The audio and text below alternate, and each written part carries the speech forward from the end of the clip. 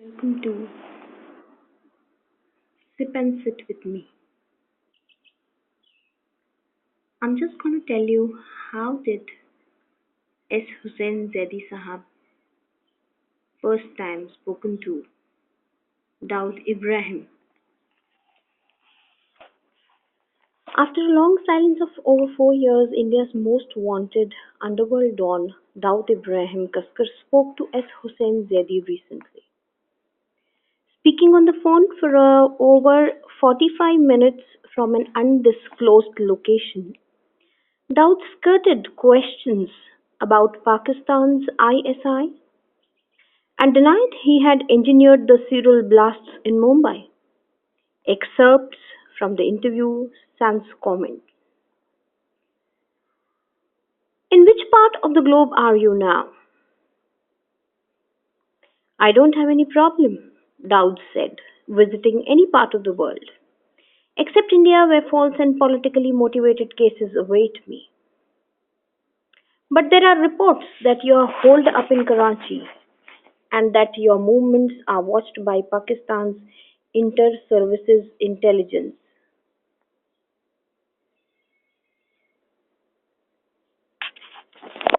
Hmm, how do I know who is watching me? They never tell you, do they?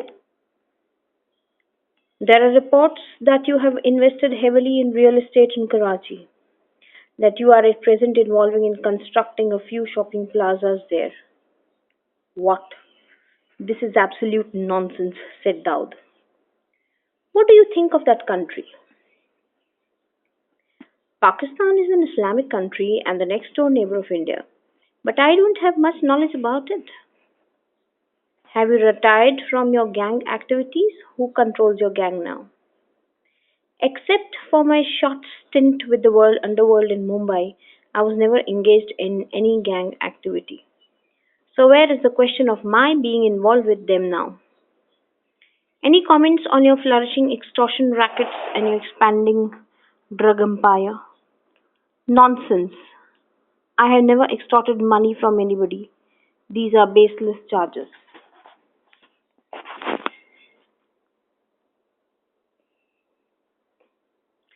And your drug business? Asked Zaidi. Zaidi Sahab, said Dawood Ibrahim, because I respect you, I pardon such an irrelevant line of questioning.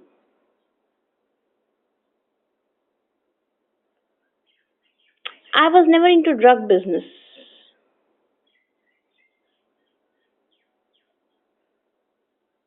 In fact, I don't even associate with those who are in this business. I hate this stuff and also hate those who deal in it. Is it true that among your men, Ijaz Pathan is executing drug deals for you? Rubbish. Ijaz Pathan is not my man. He does not do any business for me.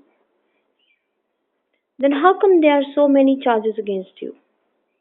As you know, I am not in India at the moment. Which civilized nation would ever allow an expatriate to engage in drugs business in their land?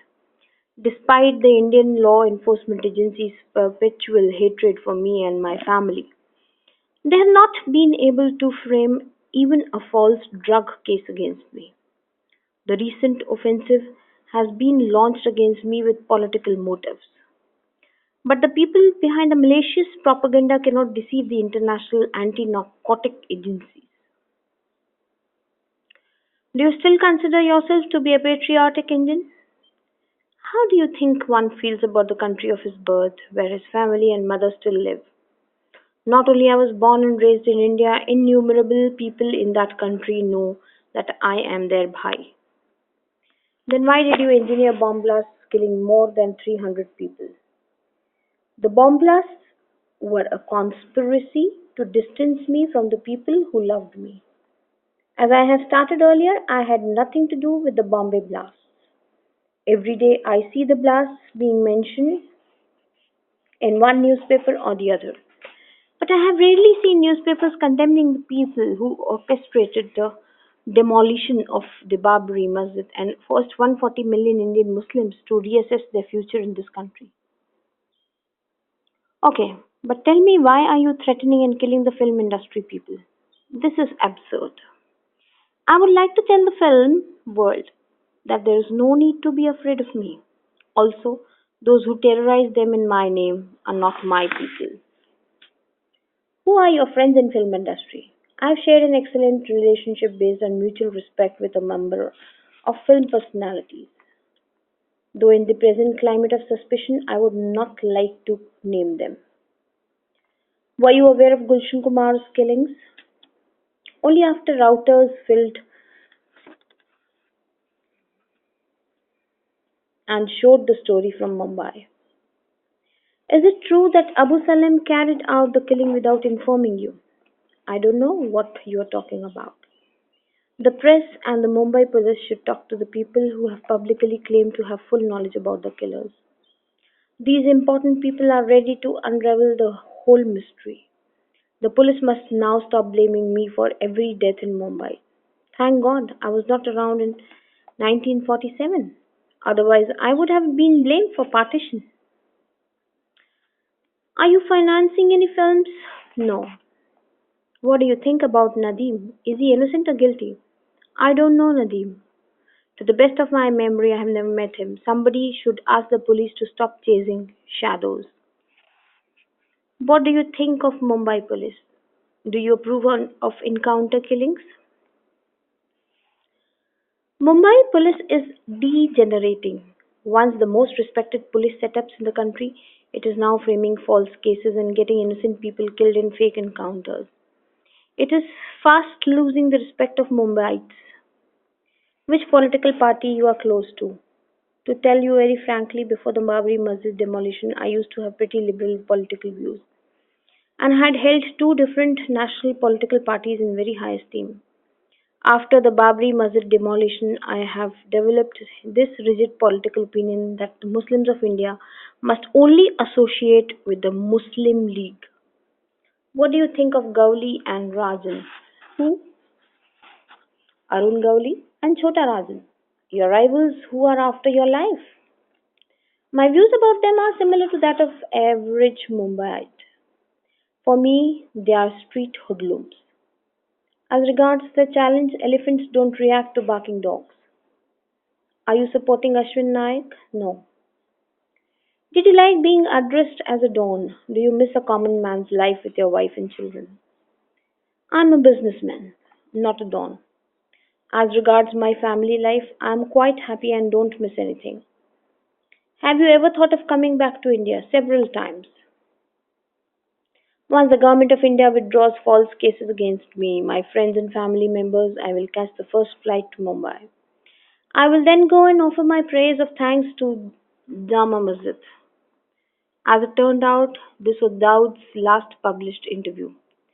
After this, he might have spoken to journalists, but he never allowed them to publish the conversation as an interview. During the several conversations I had with him, I found him to be an intelligent, witty, and soft spoken man. He displayed a cool baseline temperament that did not spike at any point during the conversation. He showed no trace of arrogance or power as a Don, but kept dropping hints and clues of his well informed network within the police department and his own intelligence network. Thou did not like any kind of aspersion to be cast against himself, any negative image of himself to be painted. He hated the way in which the Outlook article portrayed him as a traitor. He wanted to be the Don. For he was the boy from Dongari, the man who managed to outdo Haji Mastan, Kareem Lala, and Bashu Dada, and of course the giant Pathans. He became numero uno through his skill and a certain amount of luck. What follows is the tale of these men and the empires they built. Dawood Ibrahim, Kaskar.